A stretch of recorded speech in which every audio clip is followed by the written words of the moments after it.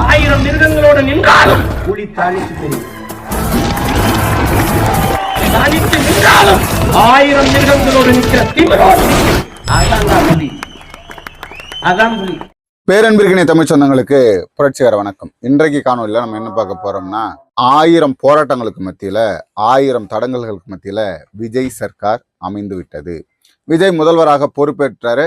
விஜய் அவர்களுக்கு பலரும் வாழ்த்துக்களை சொல்றாங்க. நாமளும் கரும்புலி வலையொலியின் சார்பாக விஜய் அவர்களுடைய அந்த ஆட்சி 5 ஆண்டுகள் நீடிக்கணும், எந்த தடையும் இல்லாம, யாரும் கால வராம, நடுவில் ஆட்சி சருங்காம, ஆட்சி கலைக்கப்படாம அவர் 5 ஆண்டுகள் நீடிக்கணும்.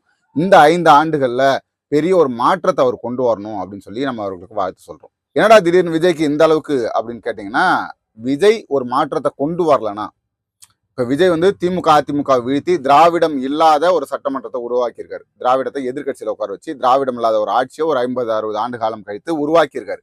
அந்த ஆட்சி நடக்கல, சரியா இல்லை, அவர் சொன்னதை நிறைவேற்றல, இல்ல இலவசங்களை விடுங்க, அவருடைய ஆட்சி கொடுங்கோன்மையா இருக்கு, ஆட்சி செய்ய தெரியல அப்படின்னு சொன்னா, இதை திமுக அதிமுக பயன்படுத்தி கொண்டு இனி மாற்றத்திற்கான வழியை இந்த மண்ணில விதைக்க முடியாத அளவிற்கு ஒரு ஏற்பாடை செய்து விட்டோம். அதனால அவர் ஒரு மாற்றத்தை ஏற்படுத்தணும் அப்படின்னு நம்ம கேட்டுக்கிறோம். அவர் செய்வாரான்றது 1000 கேள்விகள். அதை ஆரம்பத்திலே செயல்படுத்திட்டார். ஆரம்பத்திலே முத்தான 3 திட்டங்களை அவர் அறிவிச்சிருக்காரு. அந்த முத்தான 3 திட்டங்கள் என்னன்னு அப்படின்னா, அவர் சொன்ன மாதிரி இலவச மின்சாரம், 200 யூனிட் இலவச மின்சாரத்துக்கான கையொப்பம் போட்டிருக்காரு. 2வது விடயம் சிங்கப்பெண்கள் திட்டம் அப்படின்னு சொல்லி அந்த பெண்கள் பாதுகாப்புக்காக, பெண் பாதுகாப்பை உறுதி செய்யக்கூடிய காவல் படையை அதிகப்படுத்தும் விதமான அந்த சட்டத்தையும் உருவாக்கி இருக்காரு. அதுக்கடுத்து 3வதானது போதை ஒழிப்பு.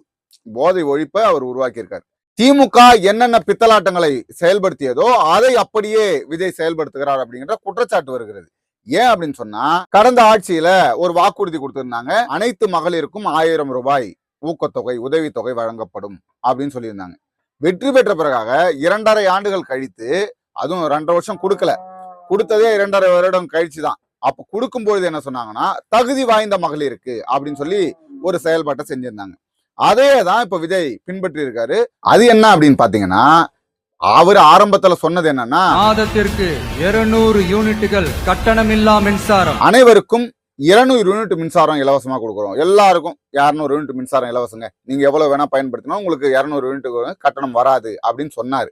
ஆனா இப்போ என்ன நடந்திருக்கு அப்படின்னு கேட்டீங்கன்னா, தமிழ்நாடு முதலமைச்சர் அவர்கள் 2 மாதங்களுக்கு 500 யூனிட் வரை பயன்படுத்தும் வீட்டு மின் நுகர்வோர்களுக்கு 2 மாதங்களுக்கு 200 யூனிட்கள் கட்டணமில்லா மின்சாரம் வழங்கும் ஆணையிட்டுள்ளார். இதற்கு பெயர் தான் போர்ஜரி, பித்தலாட்டம்.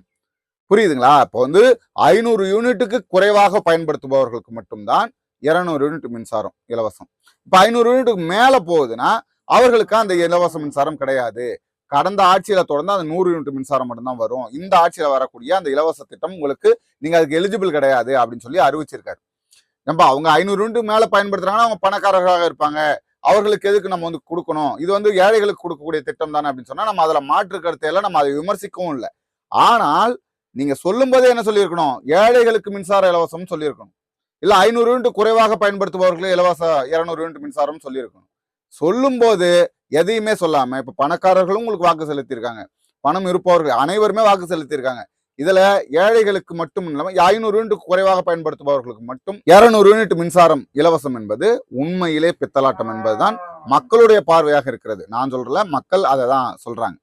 2வதாக சிங்கப்பெண்கள் திட்டம், சிங்கப்பெண் பாதுகாப்பு. ஏற்கனவே மகளிர் பாதுகாப்பு இருக்கா இல்லையா அப்படின்னா, ஏற்கனவே மகளிர் காவல் நிலையங்கள் இருக்கிறது, ஒவ்வொரு மாவட்டத்திலையும் இருக்கு. இது இன்னும் விரிவுபடுத்தணும்னா விரிவுபடுத்தணும். அதை விஜய் செய்ய போகிறார். அவருக்கு வாழ்த்து சொல்லணும்னா சரி, வாழ்த்து சொல்லிடுவோம். இதனுடைய பிற்பகுதி இன்னும் இருக்கு. 3வது திட்டத்தையும் சேர்த்து பார்ப்போம். 3வது திட்டம் என்ன? போதை ஒழிப்பு. அந்த போதை ஒழிப்பு பாதுகாப்பை தீவிரப்படுத்தணும், உறுதிப்படுத்தணும், இன்னும் காவல்துறையை அதிகப்படுத்தி போதை இல்லாத தமிழகத்தை உருவாக்க போறோம் அப்படின்னு சொன்னார். உண்மையிலே சிறப்பானது, உண்மையிலே வாழ்த்துக்கள் சொல்றோம். ஏன்னா போதையை ஒழிச்சுட்டு அங்க பிரச்சனைகளே கிடையாது. இப்ப நம்மளுடைய கேள்வி என்ன, நம்ம என்ன கேட்கறோம் அப்படின்னா, இப்ப தமிழ்நாடு அரசு செயல்படுத்தக்கூடிய இந்த டாஸ்மாக் கடைகளை விற்கக்கூடியது பஞ்சாமிர்தம், இந்த பால், இல்ல நம்ம தயிர் சாதம், இந்த மாதிரி உணவு பண்டங்களை நம்ம டாஸ்மாக் கடைகளை விநியோகம் செய்கிறார்களா? இப்ப தமிழ்நாடு அரசு அதை தான் விற்குதா? அது போதைப் பொருள் கிடையாதா?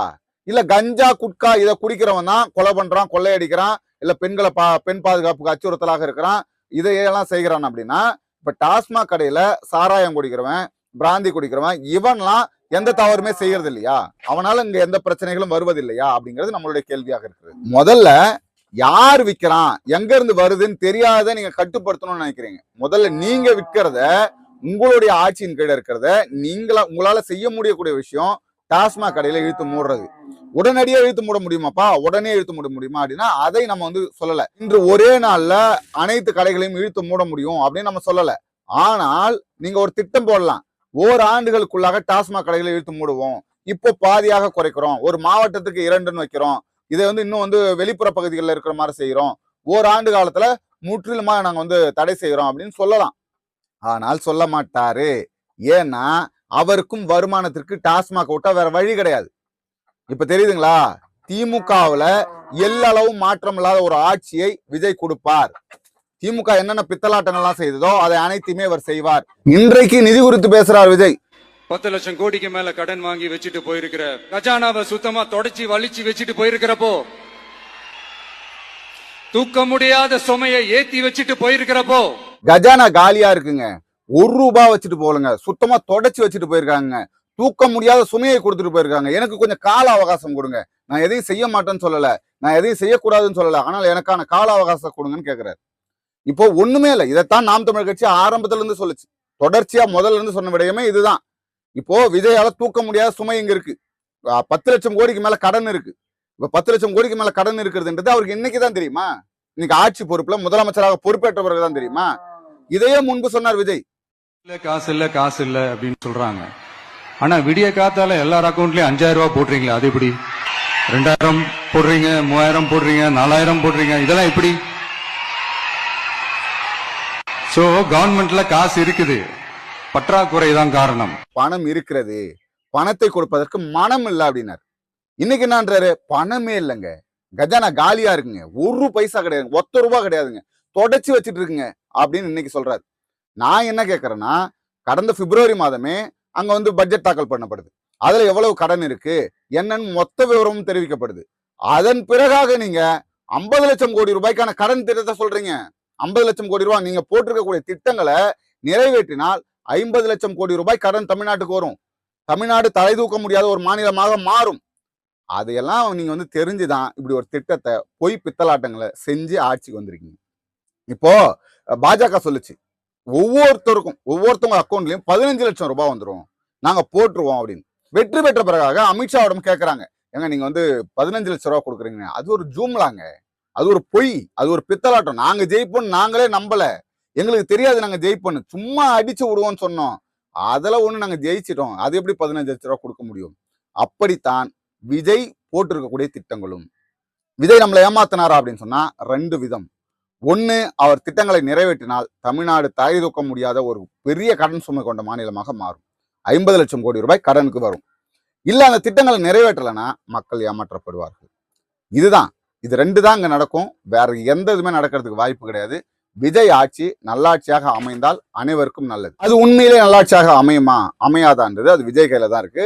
தாவேகாவினர் இன்னைக்கே சலங்க கட்டின்னு ஆடுறோம். இன்னைக்கு பேருந்தவை மறிச்சு அடிக்கிறது, ரோட்ல நடுவுல பைக்கை விட்டுட்டு டான்ஸ் ஆடுறது, பாட்டு போட்டு, இது எங்க ஆட்சி, இதுக்கப்புறம் உங்களால ஒண்ணும் பண்ண முடியாது, நாங்க வைக்கிறதா இதுக்கப்புறம் அப்படின்னு சொல்லி ஆட ஆரம்பிச்சுட்டாங்க. இதற்கிடையில அண்ணன் திருமாவளவன் அவர்கள் பயங்கரமான ஒரு கேம் பிளே பண்றாரு. இன்னைக்கு விஜய் இவ்வளவு லேட்டா பதவி ஏற்றுக்கிறதுக்கு, இவ்வளவு தாமதமானதுக்கு முழு முதல் காரணம் அண்ணன் திருமாவளவன் அவர்கள். இன்னைக்கு தாவேகாவுக்கு ஆதரவு கொடுக்கிறாரு.